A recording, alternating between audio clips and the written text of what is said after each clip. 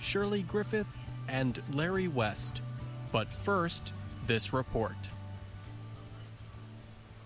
When it comes to higher education in the United States, one of the biggest issues of discussion and concern in recent years has been cost. Data from the U.S. Department of Education's National Center for Education Statistics suggests the average cost of college doubled between 1989 and 2016.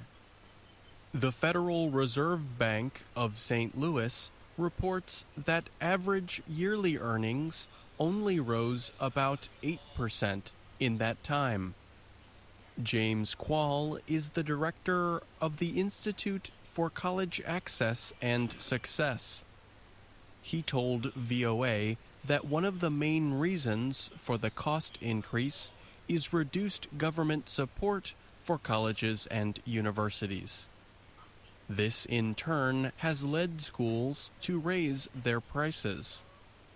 Earlier this year, the Center for the Study of Education Policy at Illinois State University published a report on state spending on higher education. The report found a 5% overall increase in proposed spending throughout the country. That is the highest increase in 8 years of growth. But Quall argues this is still nowhere near the level it was 30 years ago, or where it needs to be now. He notes that a lot of students still depend on loans to help pay for their education. To date, about 10% of student borrowers are in default. In other words, they are failing to make the necessary payments towards their debt. As a result, it makes going to college riskier than it should be, Quall said. We know that can be the best investment you make over the course of your life. But because of the cost of college, too often, students aren't able to complete college, and they are left with debt they can't afford to repay. Other groups and experts suggest the situation is not as severe as it may seem. The College Board is a not-for-profit organization that works to expand higher education in the United States. Last year, it published a look at changes in the average costs to attend American colleges and universities over the past 10 years. It reported that up until 2013, yearly average cost increases of 5% were common, but that is no longer the case. The point is that in recent years, tuition increases have slowed down considerably as the economy recovered from the 2008 recession, noted Jerome White. He is the Director of Media Relations for the College Board.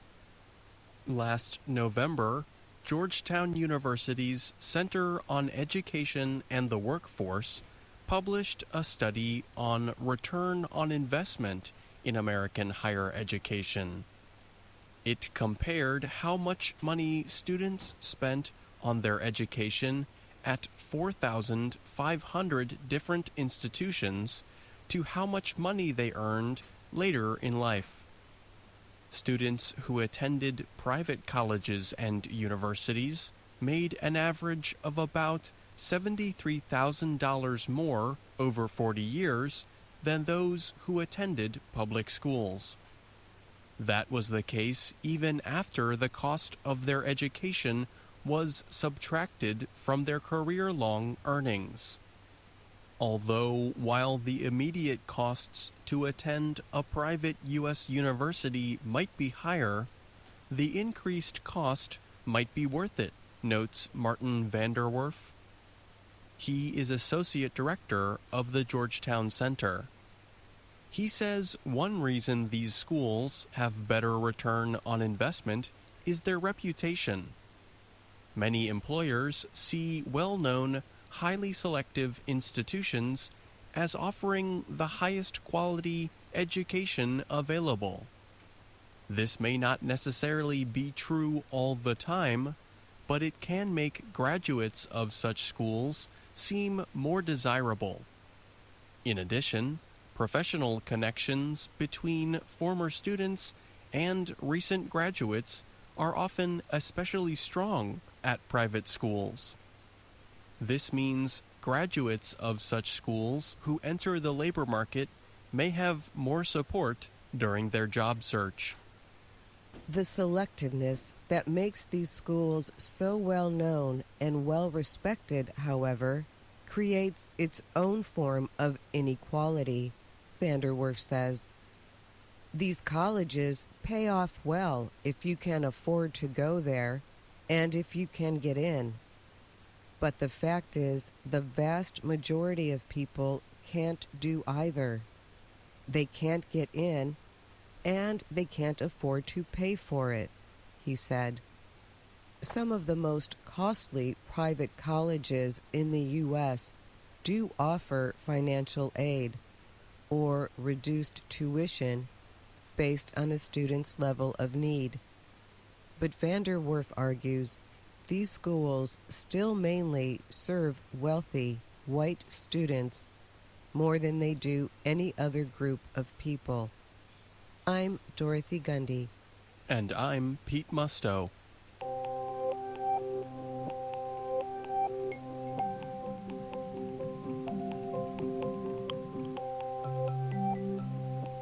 Now it's time for Words and Their Stories, our weekly program about common, everyday expressions in American English.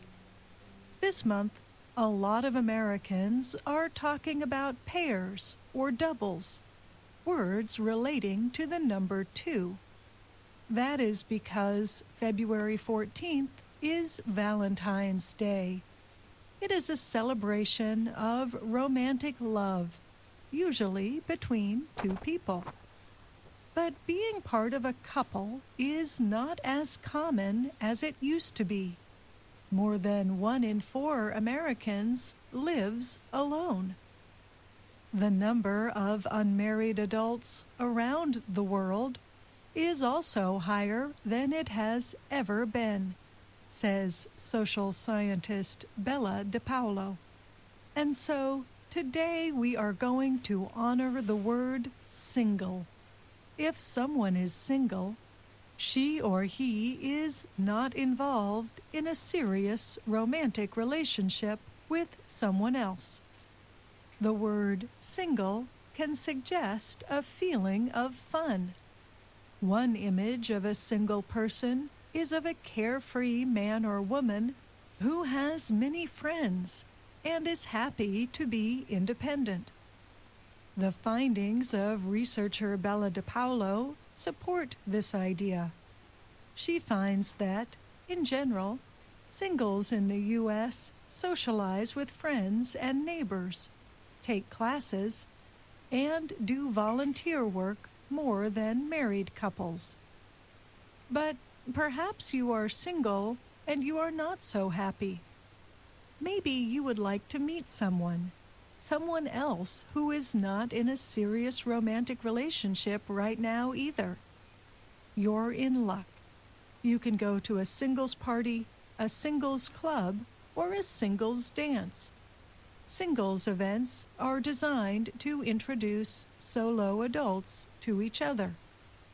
And who knows? You might see someone there who looks very interesting and appealing to you. You ignore the rest of the crowd and single out this one person as someone you want to get to know. You take quick, decisive action. In a single stroke, you put down your glass, cross the room, and introduce yourself. Luckily, the person is as wonderful as you had imagined. You exchange stories. You discuss politics and religion. The two of you agree on everything. You are of a single mind. Then, suddenly, a loud sound fills the room. It's a fire alarm. The guests walk through the door in an orderly way, one behind the other. They leave the building single file. You now find yourself outside with your new love interest. The two of you watch as firefighters investigate the building. There does not seem to be a real emergency. But the firefighters must look in all the rooms. They have to search every single one for signs of fire. Slowly, the other singles begin to leave. You are not ready to say goodbye to the person who is pulling at your heart, but you also feel uneasy about suggesting you meet again soon. The person waves and turns to go. Your stomach jumps. Your heart beats faster. You open your mouth to ask for a telephone number, but then you stop. What if you are rejected? Or what if you are not rejected? You might fall in love and become part of a couple. You could lose your alone time, your freedom, your dream to travel the world by yourself. You take a deep breath and remind yourself that every journey begins with a single step. On your way home, you call your favorite restaurant and tell the person who answers you are planning to eat dinner there on Valentine's Day. Table for two? The person on the phone asks. No, you answer happily. I am dining alone. And that's Words and Their Stories. I'm Kelly Jean Kelly.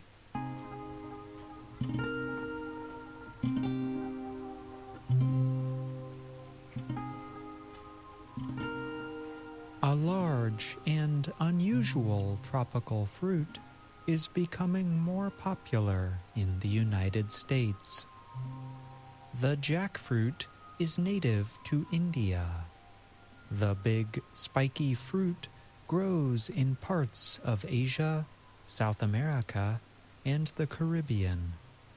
It can weigh from 6 to around 30 kilograms. Often used as a meat substitute, jackfruit has a lot of vitamins and minerals. Its neutral flavor works with all kinds of seasonings. Now, with many Americans looking for plant-based alternatives to meat, jackfruit is becoming more popular. This popularity has been growing for several years, noted Robert Schuler. He is head of marketing at Melissa's Produce, a specialty produce company based in Los Angeles, California. It was about 5 years ago that the fruit really started to take off, he told reporters from the Associated Press. Vegetarians and vegans found out how this fruit could be used as a meat substitute for pulled pork sandwiches and as a taco meat. Schuler said Melissa's sales have increased sharply. The company went from selling a few containers of jackfruit each week to thousands of cases weekly. In many places around the country, jackfruit is appearing not only at vegan and vegetarian restaurants, but other places as well. Tomatillo, for example, a Mexican restaurant in Dobbs Ferry, New York, has a quesadilla and a taco made with jackfruit. In Chicago, a Lulu Brew Pub serves vegan Sicilian jackfruit flatbread on a menu that also has pork belly. Angela Means, owner of the vegan Jackfruit Cafe in Los Angeles, California, says people are choosing a vegan diet for many reasons. These reasons include environmental, health, and moral concerns. We eat meat because of the texture and the spices. Jackfruit is a great substitute, Means said. We put it in tacos, and we make sandwiches, like a barbecue pulled pork. Jackfruit Cafe also serves a fish patty made of jackfruit and seaweed. I'm John Russell.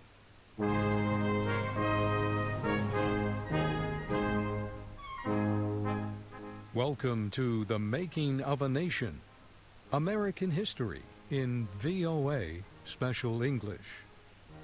In 1918, on the 11th hour of the 11th day of the 11th month, a truce took effect between the Allies and Germany. But not until 7 months later was a treaty signed to officially end what was known as the Great War, and the war to end all wars. Shirley Griffith and Larry West continue the story of the peace conference following World War I. American President Woodrow Wilson was one of the chief negotiators at the conference in Paris.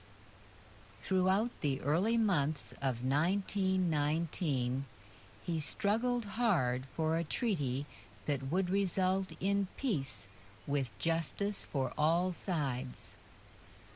Wilson demanded a treaty that provided for a new international organization. He called it the League of Nations. To Wilson, the League was more important than any other part of the treaty. Not all Americans shared Wilson's opinion. Many feared the League would take away the power of the American government to declare war and make treaties. They also agreed with the leaders of the other Allied nations. Establishing the League was less important than punishing the defeated enemy. The other major Allied leaders at the peace conference were Prime Minister David Lloyd George of Britain, Premier Georges Clemenceau of France, and Premier Vittorio Otto of Italy. Lloyd George, Clemenceau, and Otto understood how much Wilson wanted the League of Nations. They used this knowledge to win Wilson's approval for other parts of the peace treaty. Wilson soon learned that to get the League, he had to compromise on many issues. For example, he had to accept British and French demands to make Germany pay all war damages.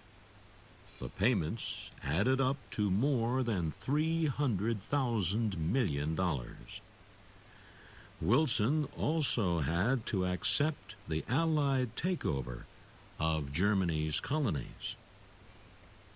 Some of Wilson's compromises violated his belief in self-determination. This was the right of all people to decide for themselves who would govern them.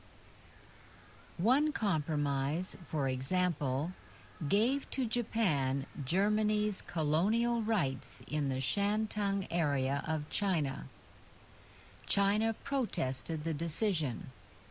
It asked that control of Shantung be returned to the Chinese government.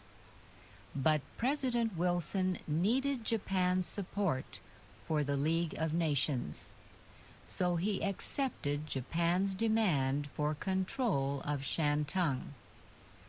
There were other violations of the policy of self-determination. These affected the people and land along the borders of several European nations. For example, 3 million Germans were made citizens of the new nation of Czechoslovakia. Millions of other Germans were forced into the newly formed nation of Poland, and Italy received territory that had belonged to Austria. Today, most history experts agree Woodrow Wilson was correct in opposing these decisions. They say Germany's loss of territory and citizens caused deep bitterness, and the bitterness helped lead to the rise of fascist dictator Adolf Hitler in the 1930s.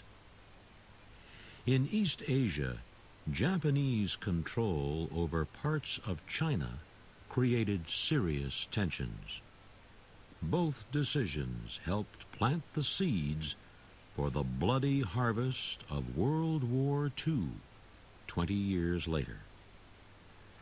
But Allied leaders at the Paris Peace Conference were not looking far into the future. As one person said at the time, they divided Europe like people cutting up a tasty pie. After months of negotiations, the peace treaty was completed. The Allies gave it to a German delegation on May 7, 1919. The head of the delegation objected immediately. He said the treaty was unfair. He urged his government not to sign it. At first, Germany did not sign. The leader of the government refused and resigned in protest. But a new government was formed, and its leader signed the document at a ceremony at the palace in Versailles outside Paris. Finally, World War I was officially over.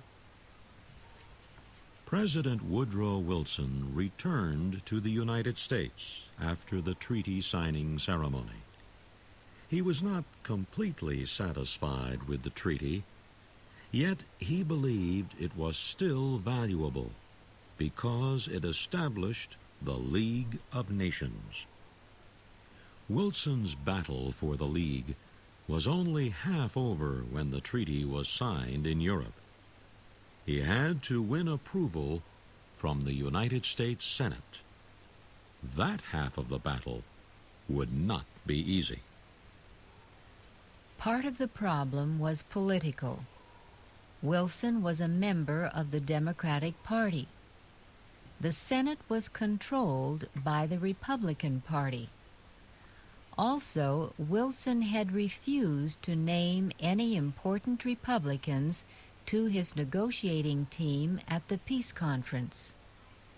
Part of the problem was personal. A number of senators disliked Wilson. One was Republican Senator Henry Cabot Lodge. Lodge was the powerful chairman of the Senate Foreign Relations Committee. He told a friend he never expected to hate anyone as much as he hated Wilson. Wilson spoke before the Senate just 2 days after he returned from Europe. He urged it to approve the peace treaty. Wilson said, "The united power of free nations must put a stop to aggression, and the world must be given peace. Shall we and any other free people refuse to accept this great duty? Dare we reject it and break the heart of the world? We cannot turn back. America shall show the way. The light streams upon the path ahead and nowhere else." The Senate Foreign Relations Committee began hearings on the treaty. It heard a number of people who opposed the League of Nations. They said the League would destroy the freedom and independence of the United States. The committee completed its hearings and prepared a report for the full Senate. The report said the United States should reject the treaty unless changes were made. The committee proposed almost 40 changes. The committee's report was a blow to President Wilson, both politically and personally. He had worked extremely hard to win Europe's support for the idea of a League of Nations. Great crowds in Paris had cheered him and his idea. Now, the Senate of his own country was about to reject it. Wilson decided he must take his case out of the hands of the people's representatives. He would take the case directly to the people themselves. He would build public support for the treaty. If enough citizens supported it, he believed, the Senate could not reject it. President Wilson planned a speaking trip all across the country. His family and his doctor urged him not to go. They said he was still weak from a recent sickness. But Wilson refused the advice. He said the treaty was more important to him than his own life. The president left Washington in early September. He traveled in a special train. In city after city, he made speeches and rode in parades. He shook thousands of hands. At times, he suffered from a painful headache, but there was no time to rest. Everywhere Wilson stopped, he urged the people to support the League of Nations. It was, he said, the only hope for peace. In Boulder, Colorado, 10,000 people waited to hear him. By then, Wilson was extremely weak. He had to be helped up the steps of the building where he was to speak. He made the speech. He said he was working to honor the men who had died in the war. He said he was working for the children of the world.